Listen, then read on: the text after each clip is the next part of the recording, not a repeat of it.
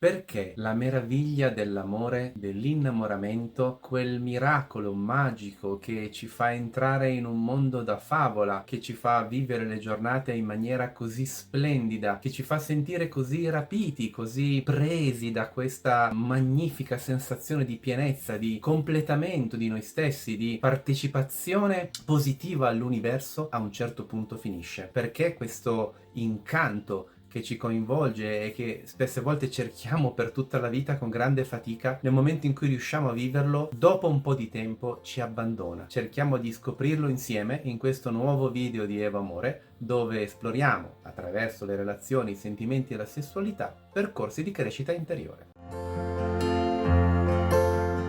La maggior parte di noi conosce la bellezza dell'innamoramento e sa quanto ci prende e quanto ci travolge e quanto questa esperienza sia così bella, così profonda, da desiderarla o comunque da cercare di viverla per più tempo possibile. Ma tutti abbiamo anche sperimentato il fatto che questa esperienza finisce, a un certo punto si interrompe, ma soprattutto non capiamo nella maggior parte dei casi perché. Culturalmente cerchiamo di giustificare questa cosa. Diciamo che è normale, a un certo punto l'amore finisce e si entra in una sorta di stato dove ci si vuole bene, ma dove tutto l'afflato, la passione, l'energia, il travolgimento di questa esperienza svaniscono, non ci sono più. E quindi cerchiamo di collocare questa cosa in una sorta di normalità. Ma in questo processo in realtà non c'è nulla di normale. È una cosa che non dovrebbe accadere, eppure accade e ci porta in uno stato comunque spesse volte di frustrazione e di dispiacere e anche delle volte di mancanza e di nuovo desiderio di rivivere quella dimensione. E spesse volte purtroppo la andiamo a cercare con qualcun altro, andando magari a compromettere delle relazioni importanti nelle quali abbiamo costruito delle cose molto utili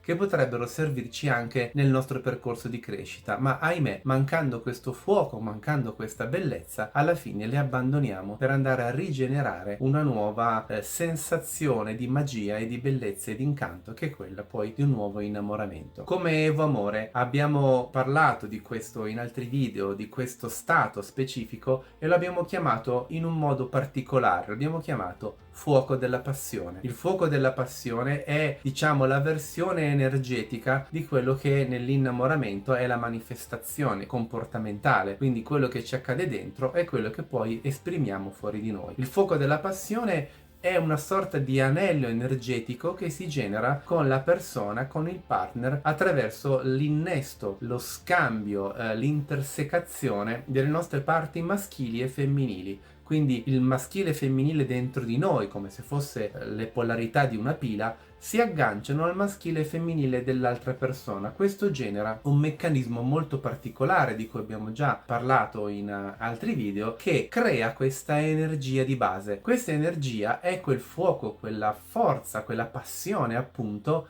che ci travolgono e che ci fanno vivere tutta la bellezza dell'innamoramento, tutta la bellezza e l'espressione, la manifestazione di questa meraviglia che è sempre molto forte, molto travolgente, molto coinvolgente. Andando ad indagare un po' più a fondo sul perché a un certo punto questo fuoco della passione, come fosse un fuoco di legna che non viene più alimentato, comincia ad affievolirsi, possiamo andare a identificare alcuni punti che ora vi racconterò, nell'andare a cercare di identificare meglio il perché accade questo processo.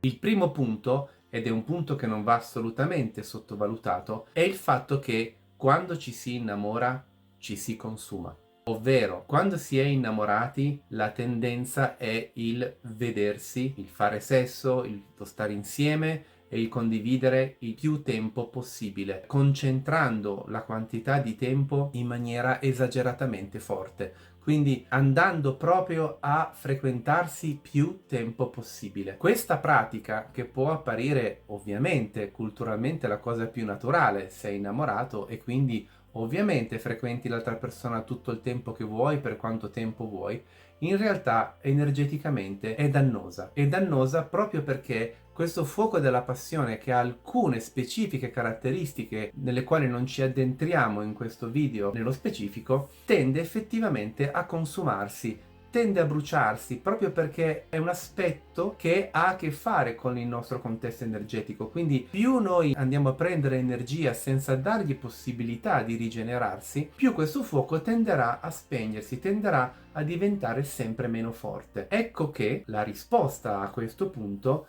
è il cercare di darsi una disciplina.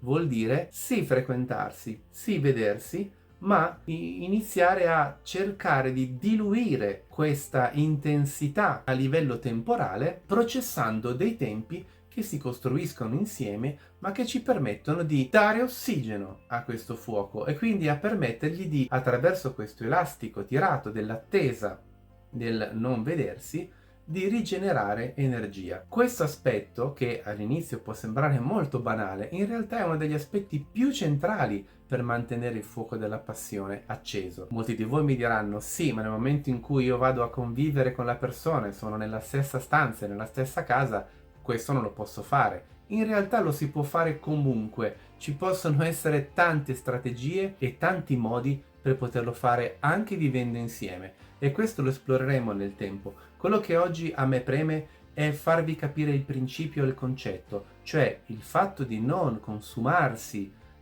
troppo nella parte iniziale del processo dell'innamoramento, cioè quando il fuoco della passione si è subitamente acceso, è uno degli aspetti più centrali di questo viaggio. Un altro punto molto importante proprio per mantenere il fuoco della passione acceso è quello di non trascurare, dimenticare, chiudere tutte le altre nostre relazioni. Le altre nostre relazioni di amicizia, di vicinanza, di scambio, che non devono necessariamente essere antagoniste della nostra nuova relazione, possono essere tranquillamente complementari, ma vanno proprio alimentate. Anzi, quello è un momento in cui è importante coltivare e mantenere le amicizie.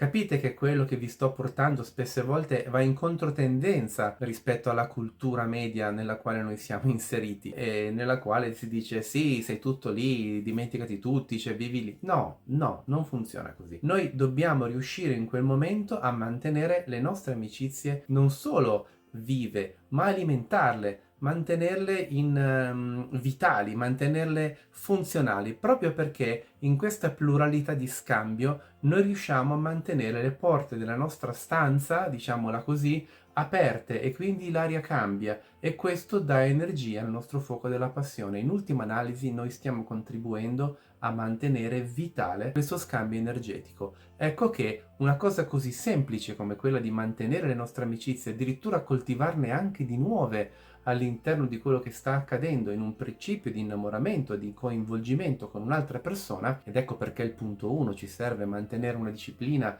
e anche del tempo libero che non occupiamo completamente con l'altra persona. Ecco che fare questo lavoro, questo processo di mantenere delle relazioni al livello che desideriamo, a un livello che va bene ad entrambi, quindi non deve essere necessariamente un qualcosa che ci mette in conflitto, ci permette di mantenere questa energia assolutamente ancora bella accesa. Il terzo punto, che ha più a che fare con la nostra sessualità, è all'interno di quello che è il percorso, il processo che abbiamo già descritto in altri video, legato alla presenza e all'espansione. Cioè all'interno di questo lavoro, ruolo che noi andiamo man mano a definire all'interno del rapporto sessuale con il nostro partner, e attraverso questi diciamo elementi che andiamo a integrare all'interno di questo strumento che poi è quello della sessualità e del sesso, noi andiamo a definire un campo energetico, uno scambio, un livello di interazione che ha una sua crescente complessità e che ci permette di non entrare in meccanismi abitudinari,